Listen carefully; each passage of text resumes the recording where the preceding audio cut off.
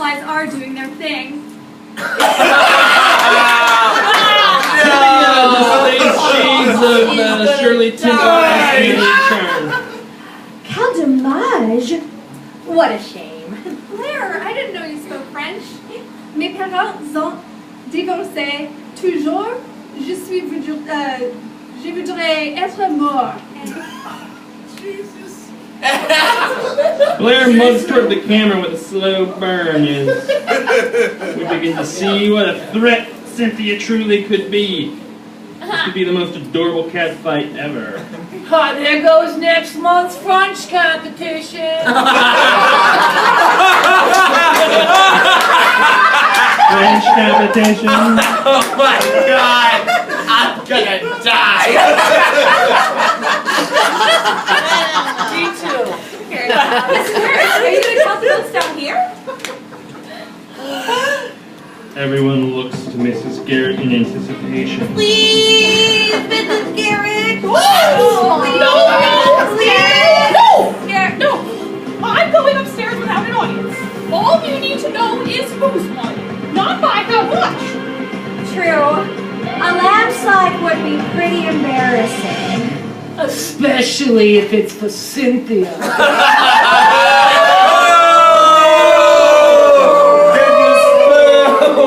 Suddenly, out of the blue, we are reminded that Natalie is the sole author and editor of the school paper. I want to get an interview. Oh, well, it's a hotly contested race between two. From the candidate.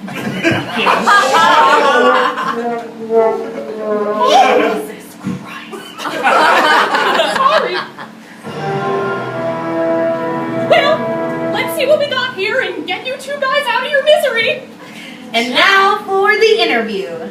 Cynthia, I bet having a father who's a diplomat makes school politics seem pretty unimportant.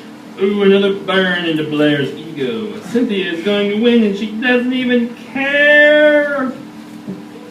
Not at all. I'm just not thrilled to be nominated. After all, I've only been at Eastland for a few months. As a diplomat's daughter, I guess you've been groomed for leadership since you were born. Oh boy.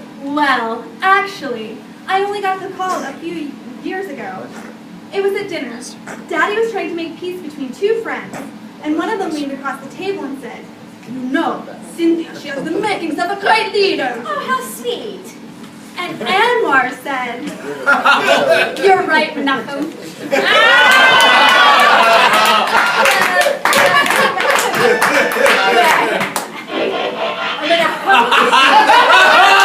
Oh God! Jesus! And Anwar. You see, in the 80s, there was, you guys can look it up on Wikipedia later. Anyway, in this election, everyone's the winner. The president will be the girl with the most votes, and the runner-up will be the vice president. Thanks for explaining that, Natalie. You're welcome. Well, I think I'll go back to my room and wait for the results. Blair, I just want to say, let the best girl win. I'm sure the best girl will. Well, I'll see you later, everybody. Bye, Cynthia. Blair, I know the suspense must be killing you.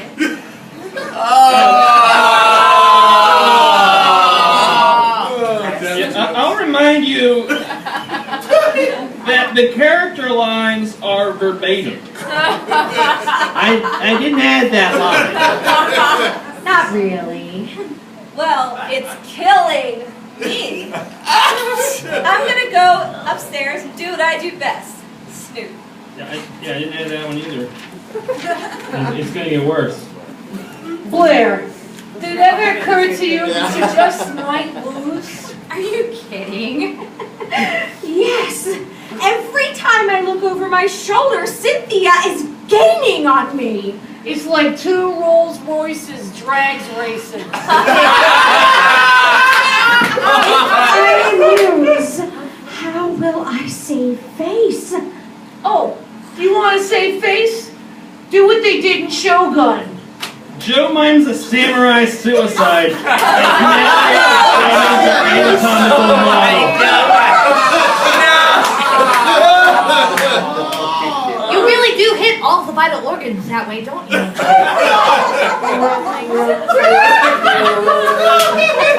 And again, I'll reiterate that these lines were actually written and aired on television as a part of a show. Look, winning this election is important to me. I want to become president so I can do something for my fellow students. Like what? Well, you've heard my platform. I'm gonna revolutionize Eastland. By changing the school song? It's a terrible song! You know, she's right. No one can hit the last note. Beloved I think I heard myself.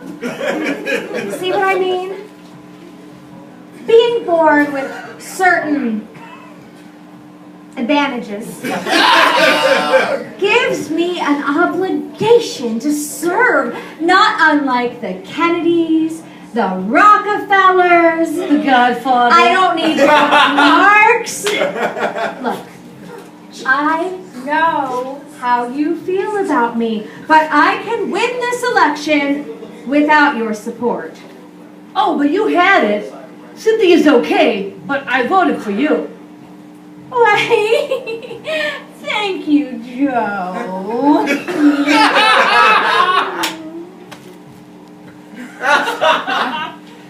Oh, sure. With that phony little smile, you're a natural politician. Blair seized with anger for a beat until Mrs. Garrett re-enters. Oh, here comes the results! Oh, gee, that was quick. Be careful, Mrs. Garrett. In the old days, when a messenger brought bad news, they killed them. Again with the killing. And the death references. Well, let's hope times have changed. Now, I know you're going to be mature about this, Blair. How mature am I gonna have to be? Mature enough to accept the role of student council vice president.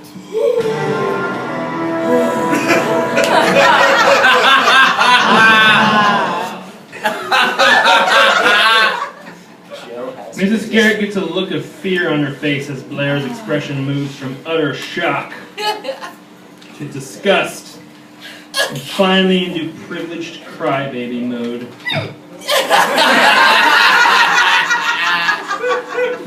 Mrs. Garrett now has a look of judgmental amusement, while Tootie's look is of sympathy, and Joe delights in the schadenfreude of Natalie.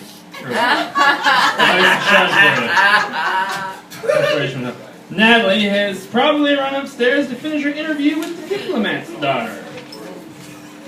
And that concludes this scene vis-a-vis the episode. End credits scene, which I didn't cut it up.